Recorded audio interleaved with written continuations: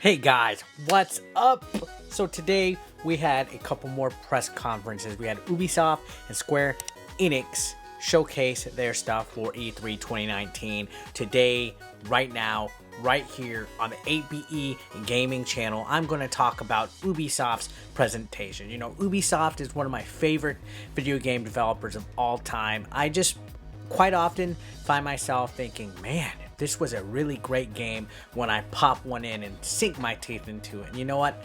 Every year I'm excited to see what they're going to bring to the table, see what they're going to present, see what they're going to have for us for the upcoming year. And 2019 E3 was no different. I was really excited, but to be quite honest, I feel that their E3 presentation was quite strange. There were some weird things about it, and it didn't seem as hype or as on par as previous years or whatever, but I was able to pick out 8 good things that kind of caught my attention, you know, the biggest announcements. So let's go ahead and talk about them in today's video.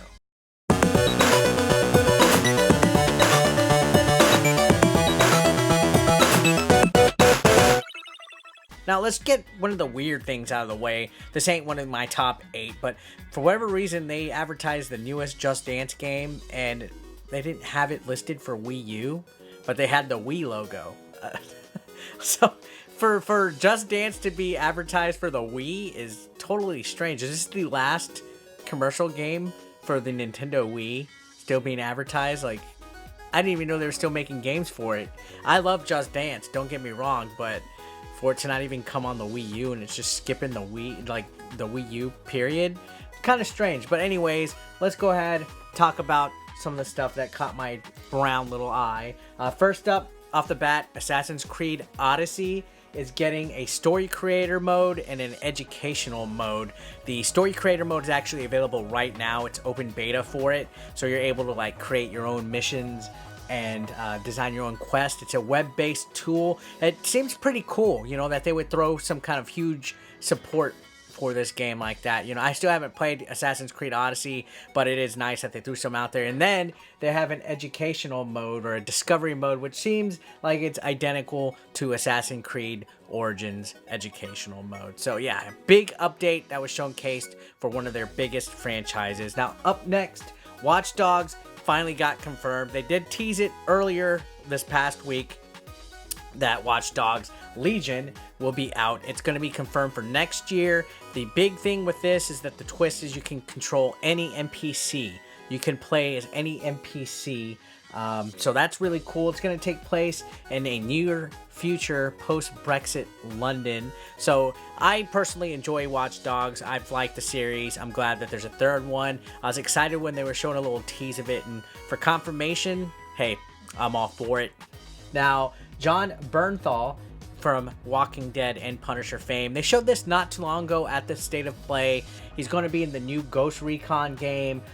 He's playing a big role. He even appeared on stage. So now we got Norman Reedus, Keanu Reeves, and freaking John Bernthal as celebrities appearing in video games. Breakpoint is what it's called, and supposedly it will be launching October 4th. I think this actually looks really neat. I like a lot of these Tom Clancy type of games and stuff from Ghost Recon, so I probably will more than likely be sinking my teeth into this one and giving it a little look-see. And I like John Bernthal, so yeah, thumbs up on that one. They also teased the next Rainbow Six game. It's a co-op experience for release next year. It's going to be called Quarantine, and it's disguised as squad-based survival FPS.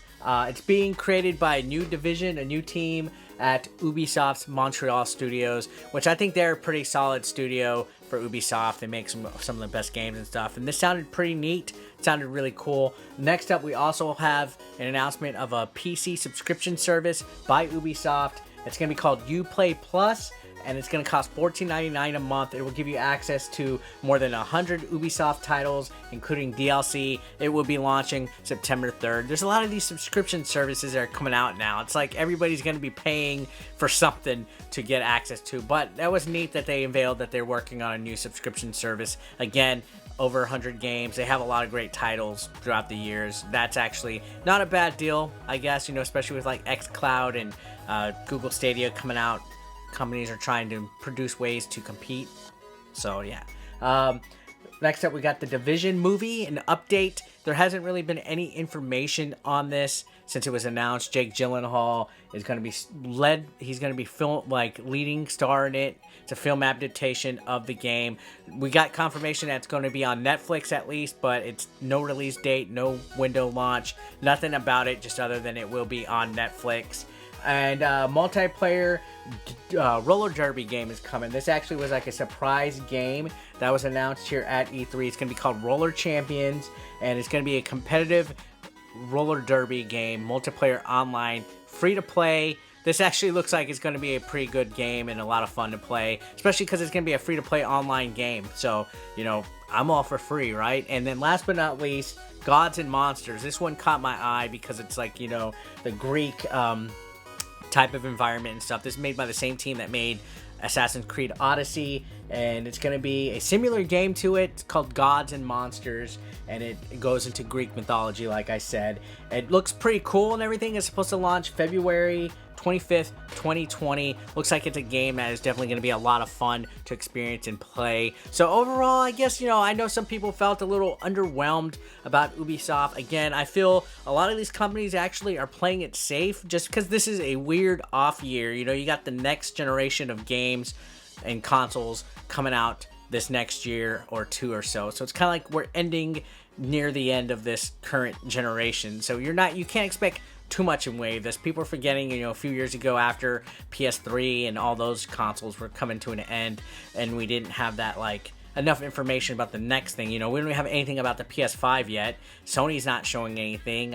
Switch is still in the middle of its lifespan, and we just got a little bit of details of the Project Scarlet. So we're in a weird transition phase. You know, companies are still making some games and stuff, but we're not seeing anything huge in terms of announcements from a lot of these third-party companies and stuff. So while it might be a little underwhelming, I think they did okay. They didn't fail. It wasn't the worst show of anything at E3 right now. I think they're just passable. I am glad that Watchdogs is coming out. Like I said, it looks like it's a lot of fun, and then the Ghost Recon game looks great as well. And there was a whole bunch of other announcements and stuff they showcased, but these were the ones that caught my most attention. I think these were the biggest announcements from Ubisoft. What did you guys think about their presentation? Are you excited for anything in specific, or did I miss something that you're looking forward to?